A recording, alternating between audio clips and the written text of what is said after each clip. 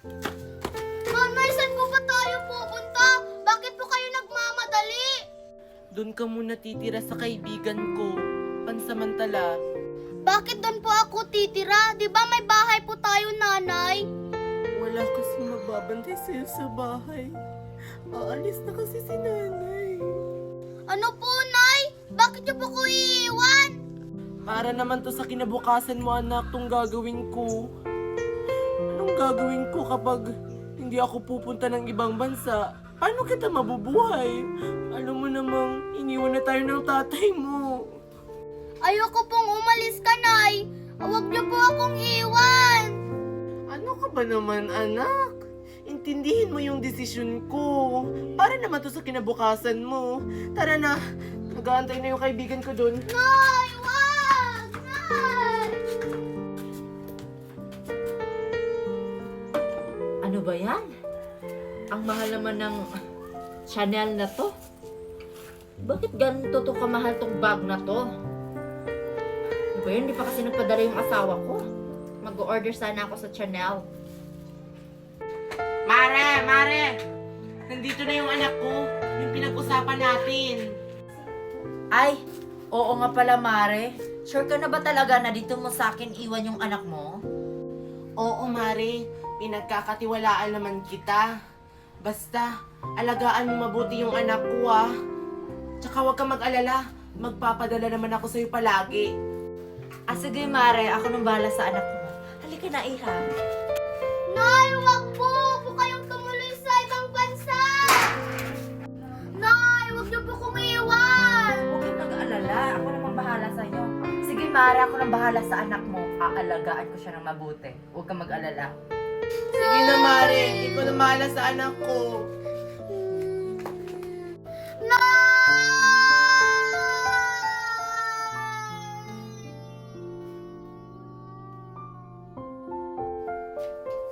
Mommy, what's the ulam? Nagugutom na po kasi your daughter.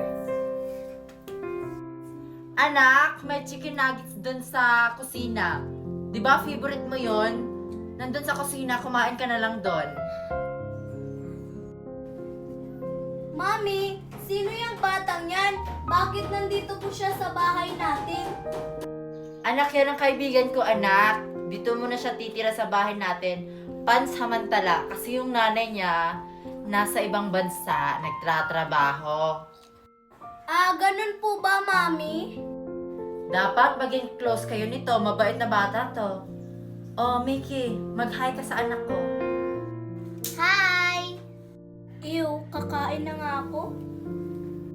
Oh, halika na, Mickey. Pupunta na tayo sa kwarto mo.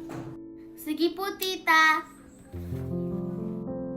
Promise, Mickey, magugustuhan mo yung kwarto mo. Kasi yung kwarto mo, napakaganda. May aircon. At may laptop pa doon. Kaya magugustuhan mo ditong tumira dito sa bahay ko. O halika na, pupunta na tayo sa kwarto mo. Sabi ni Mami, chicken nuggets daw yung ulam. Oh my God! What is this? Ew! O ayan, Mickey. Ito yung kwarto mo. Dito ka matutulog. Wow, ang ganda naman po ng kwarto ko.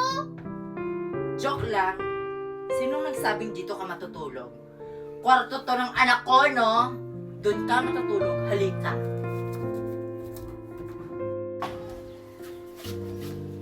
Diyan ka matutulog.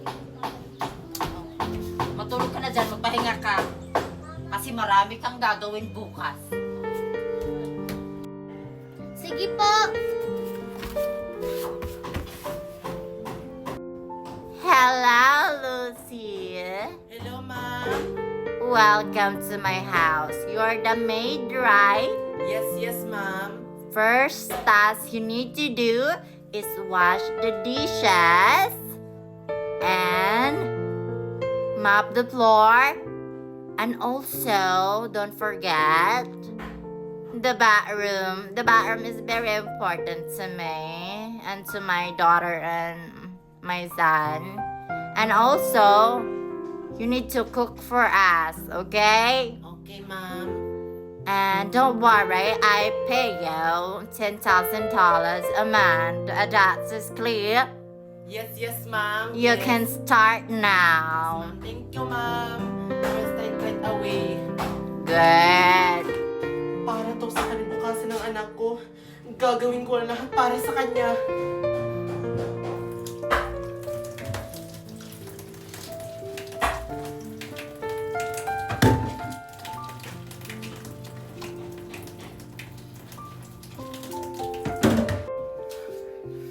Good morning po. May pagkain na po ba? Nagugutom na po kasi ako. Naku, wala pa tayong pagkain. Ang tagal mo kasing gumising, bata ka. Ang sarap naman ng tulog mo. Di ba sinabihan na kita na maaga kang gigising kasi ikaw yung maghahanda ng breakfast? Ha? Ano ngayon? Wala tayong makakain? Kumilos ka na doon, maghanda ka na. Nagugutom na kami ng anak ko. Wala ka naman pong sinabi sa akin, tita.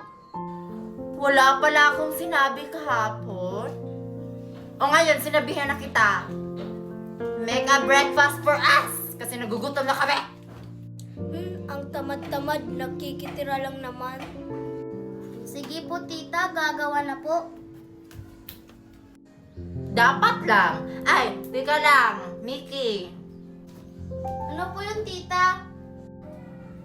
Pagkatapos mo palang gumawa ng breakfast, Mickey, linisan mo yung CR at saka yung kwarto ng anak ko at ng kwarto ko at labhan mo na rin yung mga damit namin kasi marami na. At palaguan mo yung aso namin na si Chow Chow. Okay? Sige po, tita. Mabuti na lang talaga.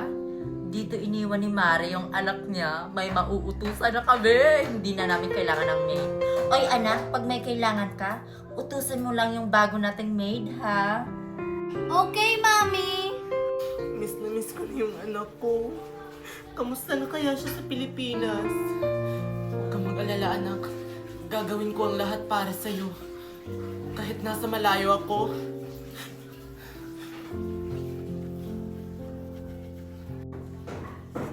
Tita, tapos na pong gumawa ng breakfast. Maglilinis na po ako sa CR. Oy anak, tapos na siya gumawa ng breakfast. Halika na, kumain na tayo. Thank you so much. Tapos na rin.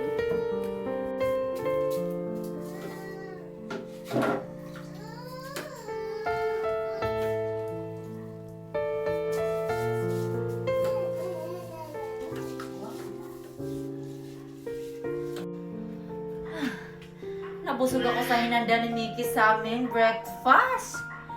Tatawagan ko nga si Mare. Wala na kasi akong pera. Mag-shopping kasi ako bukas. Tatawagan ko si Kumare.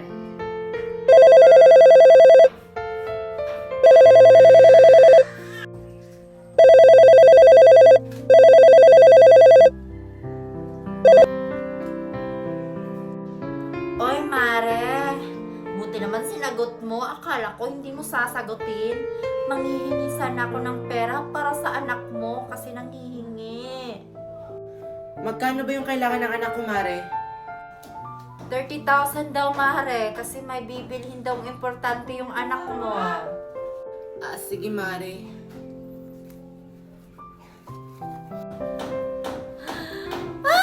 Thank you so much! Magpapadala si Mare.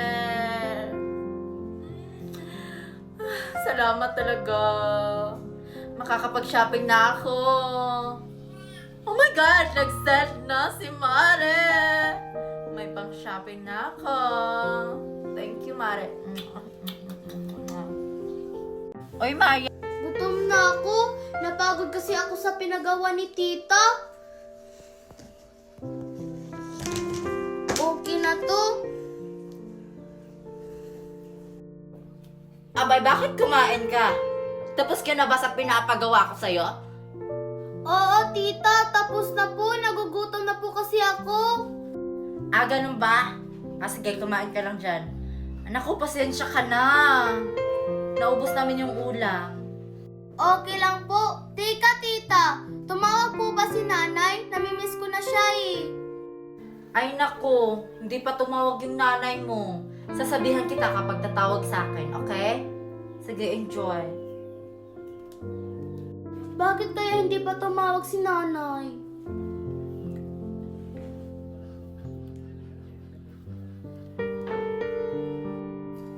Ayan, tapos na. Excuse me, madam. Yes? I finished all the work. Can I rest now? Cause I'm going to call my daughter in the Philippines. Is she okay? Oh, sure, darling. Thank you, madam. Thank you. Take your time. Tawagan ko nga si Mari kung okay lang ba yung anak ko dun sa Pilipinas.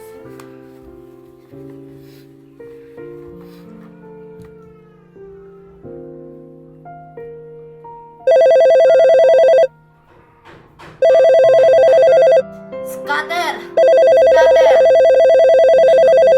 Ano ba yan? Disturbo? Hello, Mare. Bakit napatawag ka?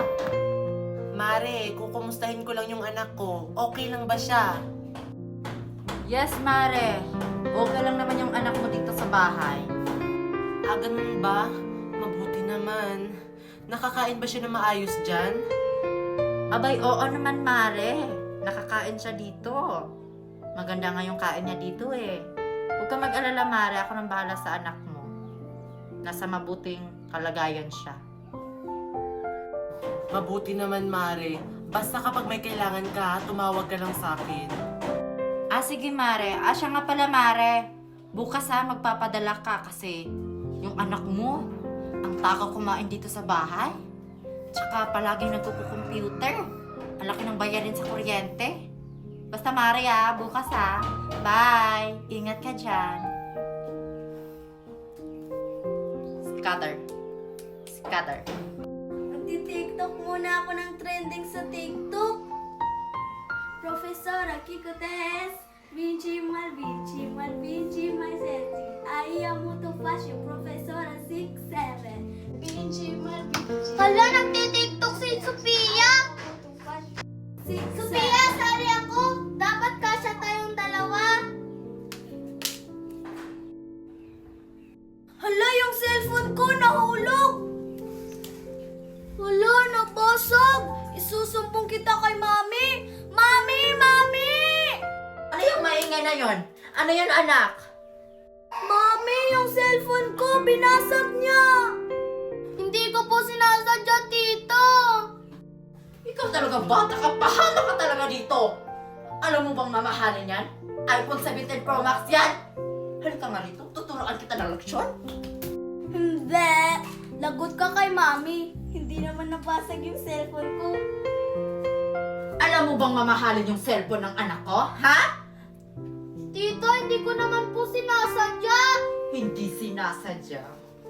Ngayon, bayaran mo yon. Sige, ano ba yung papagawa ko sa'yo? Maglinis ka ulit. Sige po, tita. Pasensya na po. Yan ang kapalit sa ginawa mo! Magtratrabaho ka dito sa bahay ko hanggang sa umuwi yung nanay mo! At itong tatandaan mo, huwag mong sasabihan yung nanay mo sa pinagagawa ko sa'yo! Nanay, bakit mo po kasi ako iniwan? Ayoko na dito. Ay, hala, nakalimutan ko. Magpapadala pala ako kay Kumari.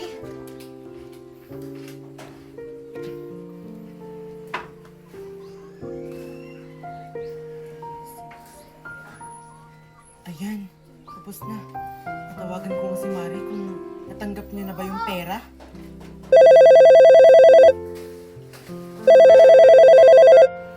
Ay, salamat naman nagpadala na si Mare. May pang-shopping na rin ako sa wakas. Tumawag. Hello, Mare? Mare, natanggap mo na ba yung pinadala ko? Ay, oo, Mare. Natanggap ko na. Salamat talaga, Mare, Tita, si nanay po ba yan? Sige, Mare. Ako nang bahala sa lahat. Pwede ko ba makausap si nanay? Anak ko, hindi nanay mo yung kausap ko. Kaibigan ko to. At saka, ano nung pumunta yung nanay mo dito, hindi pa siya tumawag sa akin. Ewan ko kung nasaan na yung nanay mo. Mare! Hindi na ng signal. Nanay, ayoko na dito. Hirap na ako. Miss na kita, nanay. Bakit kaya hindi ko pa nakakausap yung anak ko? Kamusta na kaya siya dun kay Kumari?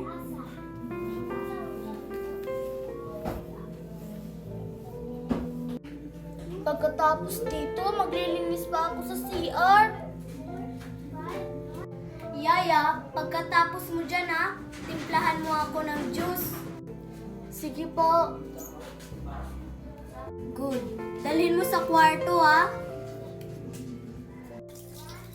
Lucy, Yes, madam. What? if you finish the dishes, could you massage me because I am so tired and my back is hurt? Okay, madam. Okay. I wait for you there, okay? Yes, madam.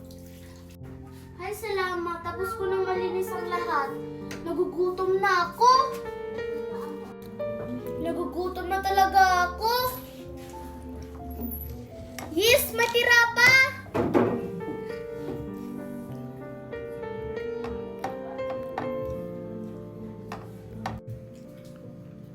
At sinong nagsabing pwede ka nang kumain? Tita, gutom na talaga ako. Hindi ko na matiis. Di ko na problema yon. Di ba sinabihan na kita kahapon? Sa isang araw, isang beses ka lang kumain. Kaya hindi ka pwedeng kumain ng 3 beses sa isang araw. Tita, grabe ka naman sa akin. Isusumbong talaga kita kay nanay. Subukan mo lang talaga magsumbong sa nanay mo. Alam mo na mangyayari sa'yo. Ikukulong kita at hindi ka kakain. Naiintindihan mo ba? Opo, tita. Gagawin ko po para sa inyo. Mabuti naman. At siya nga pala, gusto kang kausapin ng nanay mo. Alam mo nang gagawin mo. Huwag kang magsumbong. At manghihingi ako sa kanya ng pera mamaya.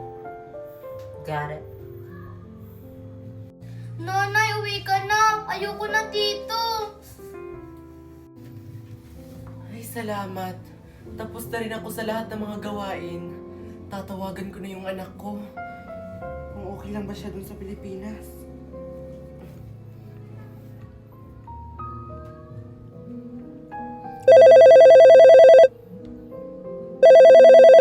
Ayan, tumawag na rin si Mare. Hello, Mare. Oh, Mare, kamusta na kayo dyan? Gusto ko na makausap yung anak ko. Okay lang naman kami, Mare. O, nandito na siya. Oh, Nanay! Nay! Oh, anak, bakit ka umiiyak? Sinasaktan ka ba dyan? subukan mo lang talaga magsumbong. Nay, miss na talaga kita. Kailan ka uuwi? Matagal pa ako uuwi, anak. Kailangan ko pa kasi mag-ipon. Para naman to sa kinabukasan mo eh. Miss na kita, Nay. Ayoko na dito. Okay na yan. Oh, ayan, Mare, kinuha ko na yung cellphone. Yung pinag-usapan pala natin. Kailan ka magpapadala? Marami kasing bayarin dito eh. Yung anak mo kasi. Kung ano-ano yung binili, ang mamahal. Magpadala ka ha. O sige, Mare, magpapadala ako ngayon. Alagaan mo yung anak ko, ha?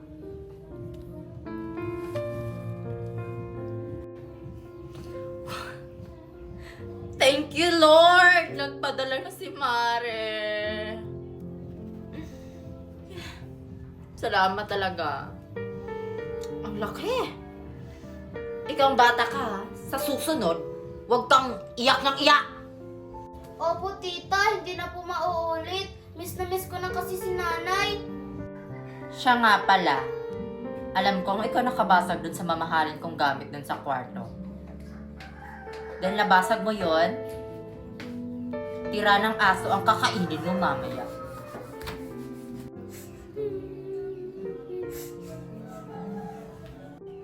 Kawawang Mickey. Bakit iba yung pakiramdam ko? Yung kausap ko yung anak ko kanina. Hindi naman siguro. Inaalagaan naman siguro ng mabuti ni Kumari sa Pilipinas. Magpahinga na pala ako.